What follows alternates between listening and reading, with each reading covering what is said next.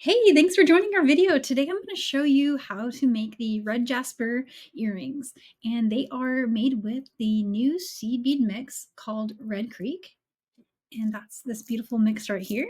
I'll show it closer up on the overhead camera in just a sec, but I wanted to show the earrings are a very fall statement, and they are also super unique. They have an unusual way to finish the top, and they're going to be definitely some going out for fall favorites. So they're really fun to make, and I'm going to show you exactly how I made them. And so I'm going to add my other camera really quick and get you a close-up view of the mix. So the mix is kind of made to look like Red Creek Jasper. Also a little bit of ocean Jasper in there. So I used these, and these seed beads are Miyuki Edo. And then I used a strand of rondelles that are actually part of a mixed strand. And the mixed strand has these little beautiful tubes on it too. So it's a really cool combination. And then I added some Orion spacers that are little check glass beads. Yeah, so these are all you need, plus some beading needle, thread, ear wires to make these earrings. So here is a close-up view of them and how they look. But these are really, really fun. They are made with herringbone stitch at the top, and then that transitions into a fringe at the bottom. And I use the rondelles at the bottom with the spacers. And then from there, what I did is I finished the top with the spacers as well. I came back and brought the spacers on as a little connection for the ear wires. And so if you like the look here, very unique and different, and also super easy as far as fringe goes, because we're working with some 8 seed beads, so it's a nice way to learn fringe if you've never done fringe before. So yeah, lots of wonderful things happening here on the bead mat today. So let me get you oriented with the rest of the supplies, and then if you want to check out the description for links, I'm going to put a PDF there as well. Okay, so for this design, I am using a 6-pound beading thread, and I'm using a size 10 beading needle. And I did flatten the end with chain nose pliers to make it easier to thread my needle right here.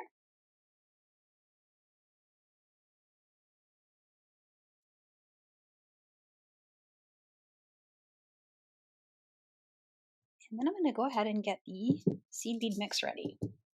So let's start with creating the top together. So the top is made by first creating a herringbone stitch that needs to start with a ladder. So we're just going to create this little portion right here using the color Red Flame, or it's sometimes you'll see it called Picasso Ruby. In our mix, you can identify it. It's actually the darkest color that's in the mix. So start with 4. I'm going to put 4 on the needle here. And then bring that down, leaving a 12-inch tail. And you're going to want to cut a lot of thread. I forget if I mentioned it or not. I think I didn't. I did, let's see, I think it was 90 inches. It was a wingspan, and then I did another arm. And so that's usually a good fringe length for me. I'm going to leave enough tail to do this fun stuff at the top. So 12 to 15 inches or so. And there's our first 4 beads. And then I'm just going to make a trip back through the first 2. So this is the tail side here, and this is the working side. You just want to go back through those 2, the first ones. And I've got a lot of thread going here, so it's going to be quite a bit of distance there. Okay. So when you do that, you'll get these 2 put together just like this.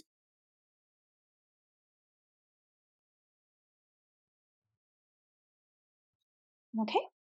And what I usually do is I will go back through the next set of 2 here.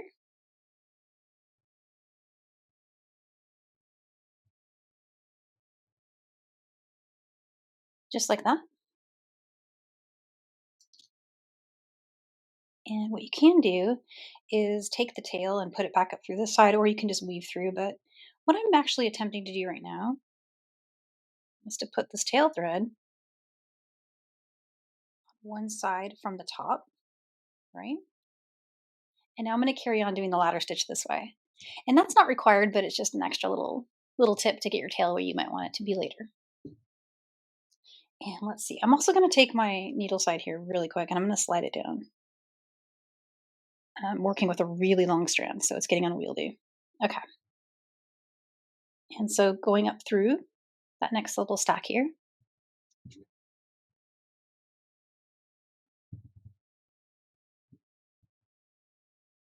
And let's pick up 2 more beads and bring that up through.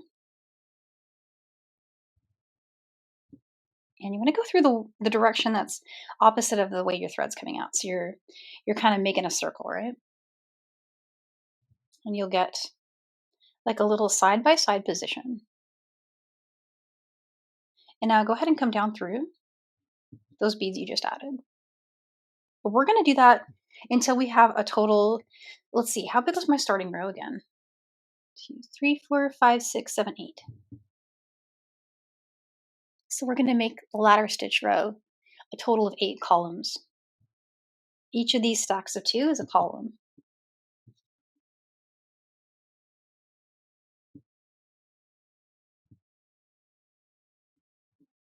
So here's number 4.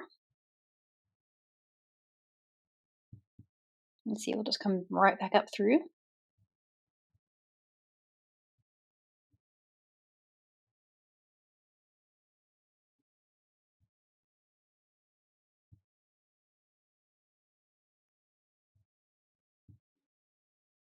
There we go.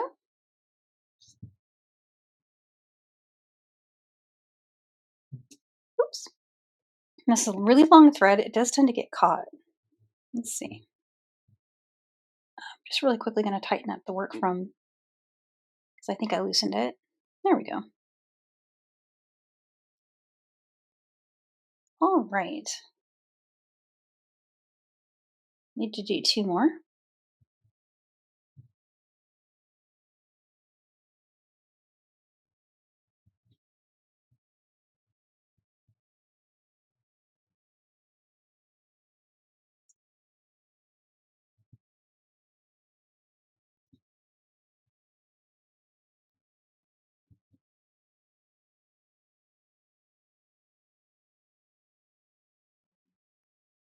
And here we go.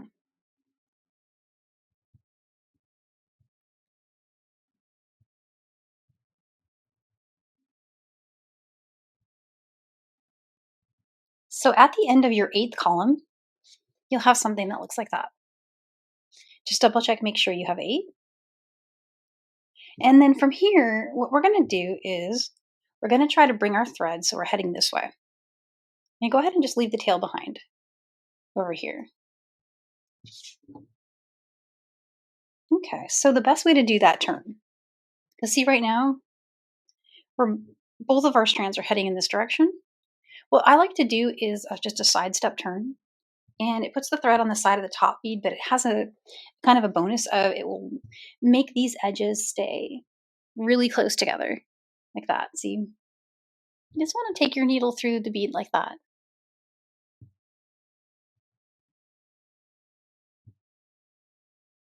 And pull that down.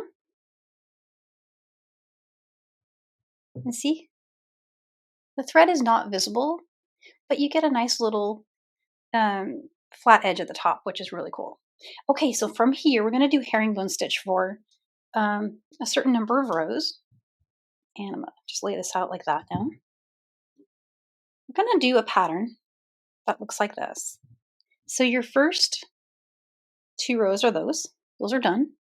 And what we're going to do is we're going to start with some of the Picasso ruby and keep going. But when we get to the end, we're going to add 1 orange bead.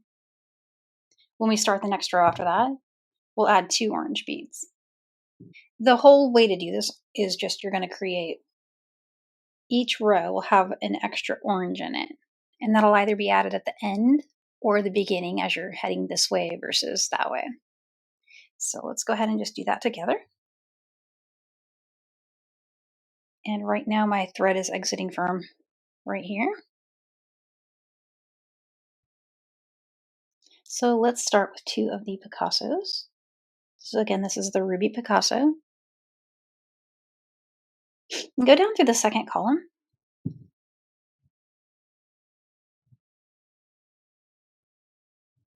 So just like that. And then you want to come up through the adjacent.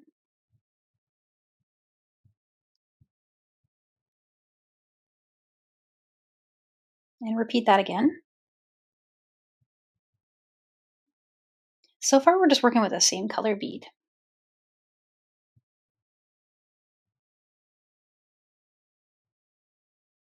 And here's one more, just like that.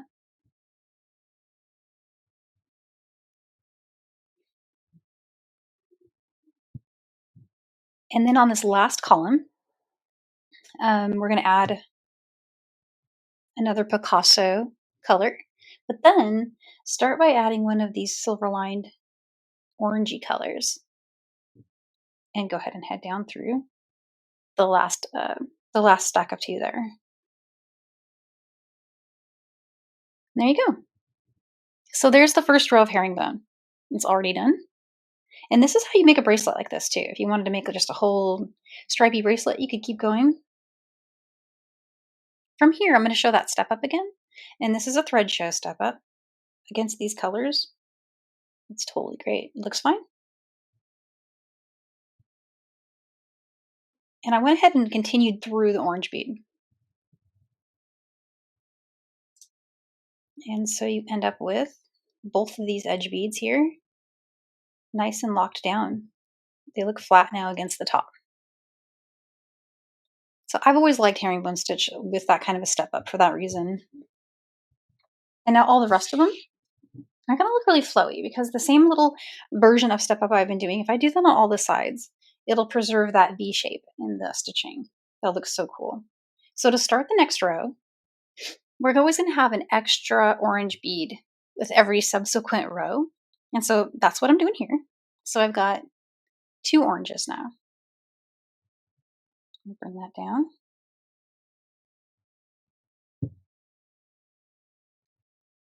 And there you go. Just like that. And what we want to do is step up, in this case, just through the next set there. Remember before we were going down through the columns, that's just in the first row. For all of the rest of these rows that we're going to do, you'll go down just through the bead, the single bead from the previous row. Tighten that up.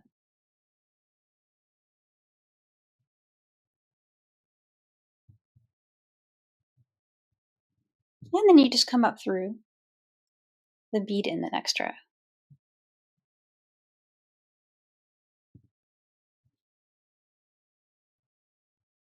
And I'm going to be working with the same color all the way through the end of the row.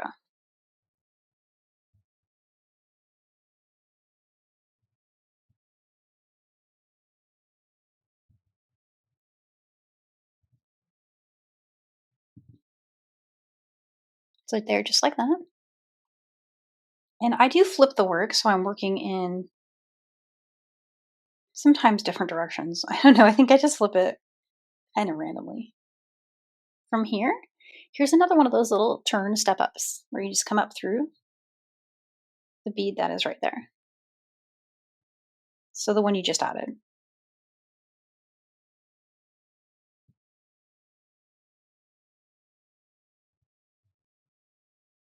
And then I would say also that the tension you use when you're doing this part right here, when you're pulling up on it, yeah, I would suggest using kind of like a lighter tension with that, not pulling too hard because you don't want to make this bead really pronounced. It will basically be pulling this bead upward, which you want a little bit, but not a lot. Okay, so let's keep going. 2 more. And I'm just going to bring that on.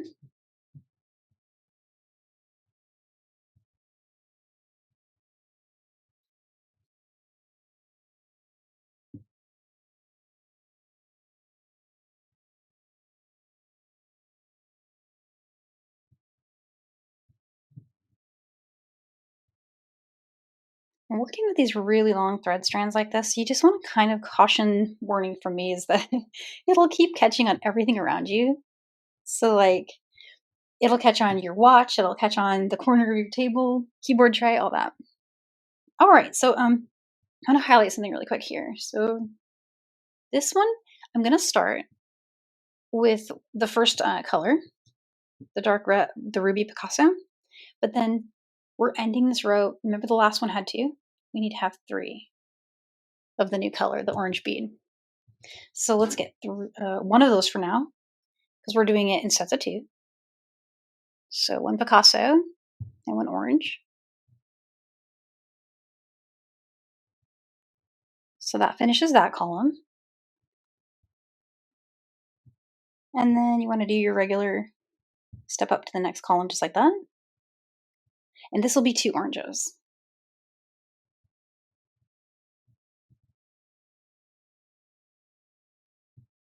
I'm just going to flip my work a little bit. There we go. And again, that's two orange beads going on right there. Yeah, looks good. There we go. I'm being picky about the placement on them. But yeah, it's looking good. Okay, and then just another one of those gentle step ups where you don't want to pull too hard. Keep your tension kind of medium. And just like that. Okay, so the next row, we're going to need four oranges, right? Two here.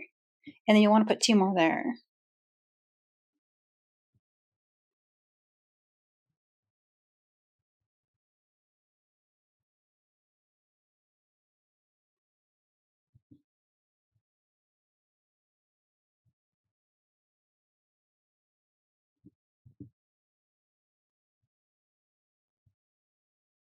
And for the rest of the row, you just want to do the red Picasso again, or Picasso Ruby, I think it's called. I've also seen it called Flame Red. But it's a very beautiful color. It has a really, like a very, you can almost think that it's brown at first, but no, it's definitely red.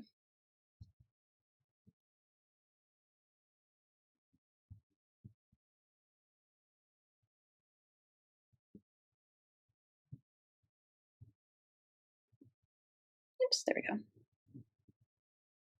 Okay, I'm going to just go ahead and turn it this way.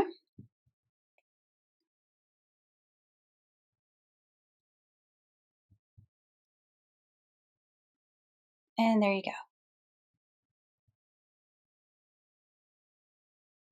So from here, the goal is to just keep going until you finish the herringbone section. All right, so you just want to carry on with your herringbone part of the pattern until you complete an entire row of all orange. So I'm right there right now. And that's how you know when you got it. Because if you just add one every row, keep going. This last row here is just going to be all orange, see?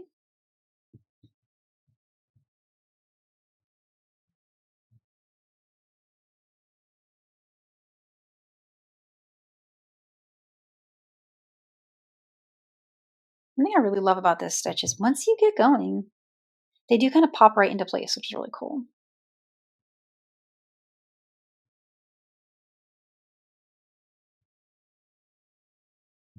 Oops. There we go. Okay, so that is the last row of herringbone, just right here. So that's what we're going for. And now let's start the fringe after one more little of these step ups, just like that. Okay, so fun part. I'm going to put a pattern together so you don't have to memorize this. You can just follow. But the counts that I used was I basically went for a total of 9. I did that, but including the total that's in the herringbone part of the stitch.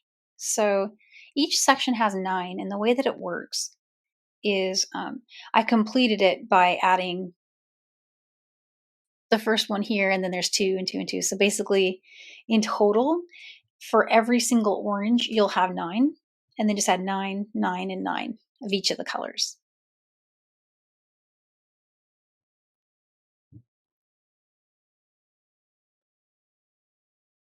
There we go. There's 8.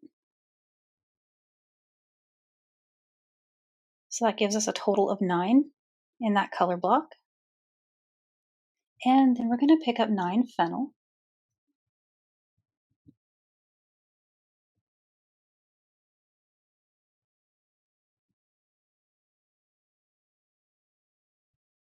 And then 9 of the olive green. There's 4 and 9. 9 of those limestone.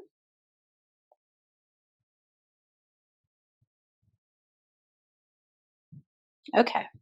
From here, I'm going to add one of these really pretty beads here, the Orion spacer.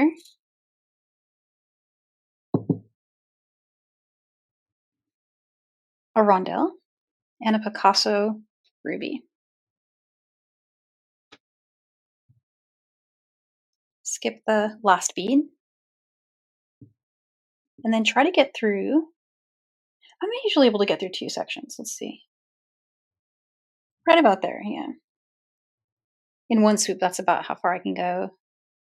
So make sure that kind of lift it up. It's hard to see on the camera, but I'm lifting it up and I'm looking from this way where I'm sitting, and I'm seeing that none of the beads fell. So I know I didn't accidentally skip one. Do the same thing here. Yeah. Okay. Once you've got through all of the beads in your fringe that you strung, you want to go ahead and go through the last bead in your herringbone row right here.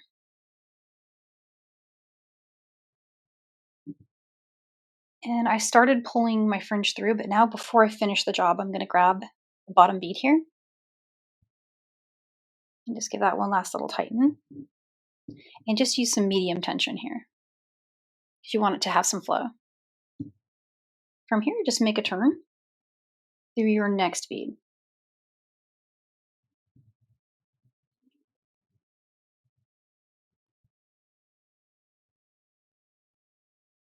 So you're going to be coming out of the next one. And then another total of 9.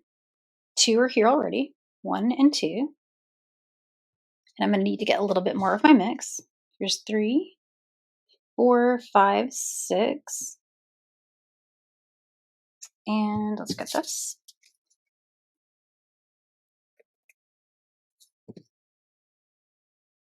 Here's 7, 8, and 9. And then let's string on 9 fennel, 9 olive, 9 limestone, and finish that fringe strand. And there we go. Skip the last bead and just go ahead and come up through all beads. And sometimes it helps me. I like to work from that direction just for this part because I'm right-handed.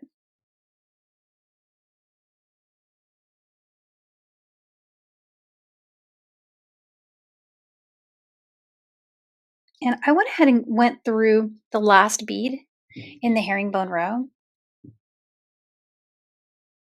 It's because I was able to get through it in one swoop. So I'm going to pull that through.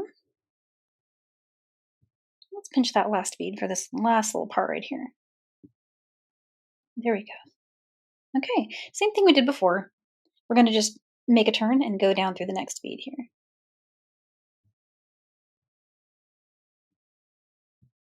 All right, so carry on in this fashion. There will be a pattern you can look at too, but what you're going for is essentially like this. You're going to have, let's see, which is the best way to show it? Probably that way. When you get to the end, you only need to add 1 orange bead. So you're basically the only difference in the counts for your fringe is the counts for the orange. The rest are all the same every time, 9, 9, and 9. But here you're going to have 1 less orange bead every time you create the next and the next and the next one until at the very end here, you're just adding 1 bead. See? So let's go ahead and finish that, and then I'll show you doing the top. Yay, all right. So last strand is done. And if you've got your counts right, you'll have this gentle sloping of the last strand compared to the first. Each strand will be a little shorter.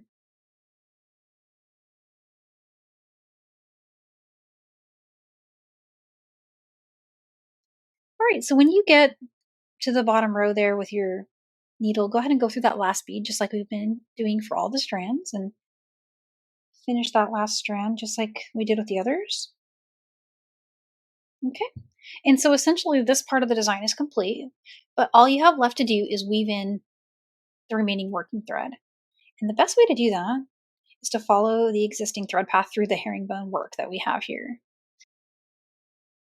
All right. Just careful not to catch your fringe. I'm almost doing that there. Okay. And the places where we have step ups on the side, feel free to match that. So if there's already a step up there and your thread's exiting from that bead, you can just trace over it. That's what I've done there. The thread should lay right on top of it or just right next to it. But it really doesn't actually matter which one you go through. So here I'm going to just go through a row. It's also okay to go through two like that.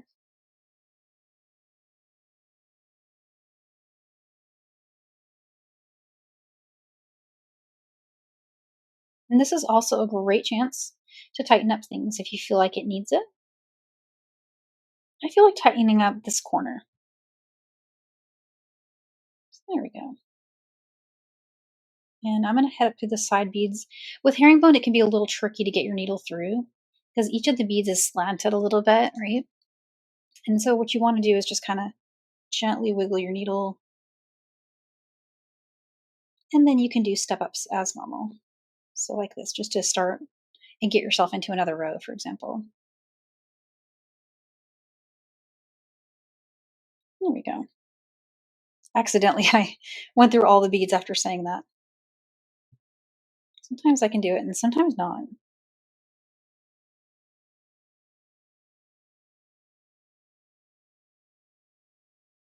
And once you feel like you've got a good weaving in, I don't know how I managed to do that all those times after saying it was difficult. I went through all of them. Oh well, it's good. So I'm going to go ahead and trim the rest of that. There we go. Okay. So from here, let's do the top. This part is unique and different, but essentially I just wanted to point out that your earring is really it's done now. If you want it to be done right now, you can say, "Hey, I'm done and I love it." And that's great. If you want to put on the ear wire the way I did on the other earring, I'm going to show you how to do that using some of these little spacers, and you'll need a couple seed beads. So let's put a needle on the tail thread we left at step one.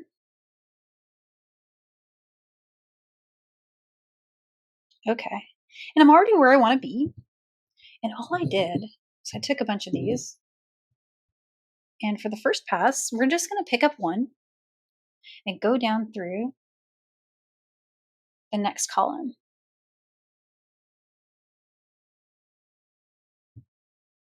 And it'll sit kind of cattywampus for a minute, but don't worry about that yet.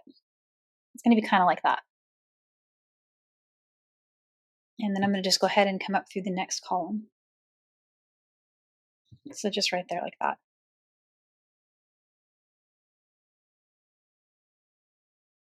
String one more and do that same thing again.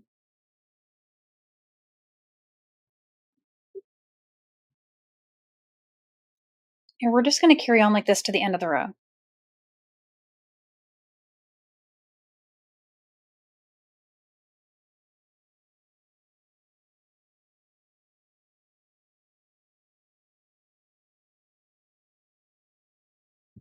So you're going to have this at first.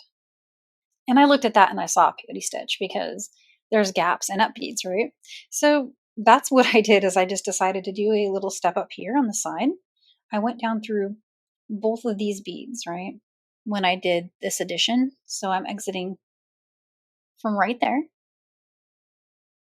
And I'm just going to come up around that bead and go up through it this way. There we go. So the goal being to get from that bead right there up through this one. That's how I did my turn. So now I'm headed this way. Pick up another spacer and go through the next one. Pick up another spacer and go through the next one. So just keep going like that. Get another one, next one. Sorry, my thread's twisting a little bit there. There we go.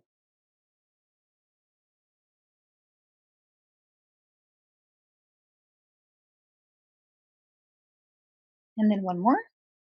From here, with this extra one, just go down through these two. And it actually put me through a few more beads than I wanted. Let's see where I ended up. Ended up through that bead. That's okay. Just kind of getting everything in its spot for the first step here. So that is essentially done now. You got that added, but we want to put our ear wire on, and also it'll help us reinforce the top. So I'm going to go ahead and make another turn. I'm going to go down through here, and then I'm going to just head up here.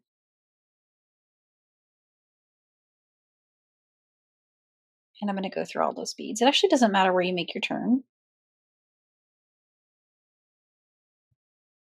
So I'm getting through these beads on the side.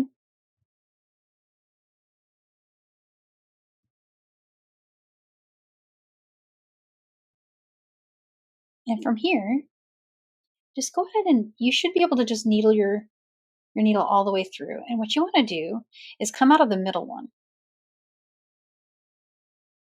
So just right there.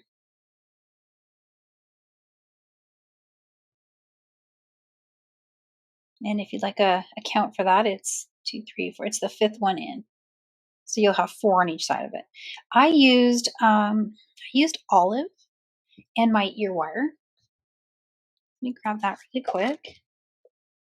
And from here, what I did was I strung a seed bead, my ear wire, another seed bead,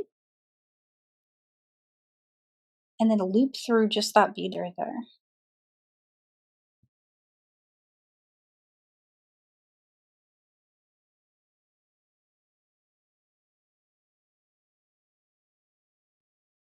So it's going to look like that.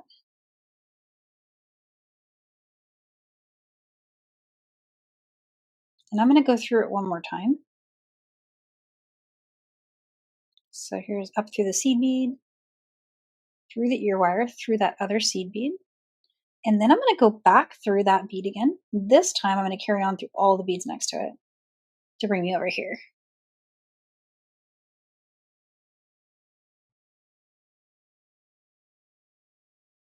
And what I might do now is just weave back through one more time and reinforce that again. So I'll need to make another turn. So let's head down through these beads here, back up. And actually, you know what I'm going to do? I'm going to back out of this bead really quick. I just want to show really quick. It's easier to do this in one swoop than it is to do it one by one. So like that. That's easier than doing one by one because otherwise it warps the edges. So let's get it all the way through there. All right, and that strengthened up everything really nicely.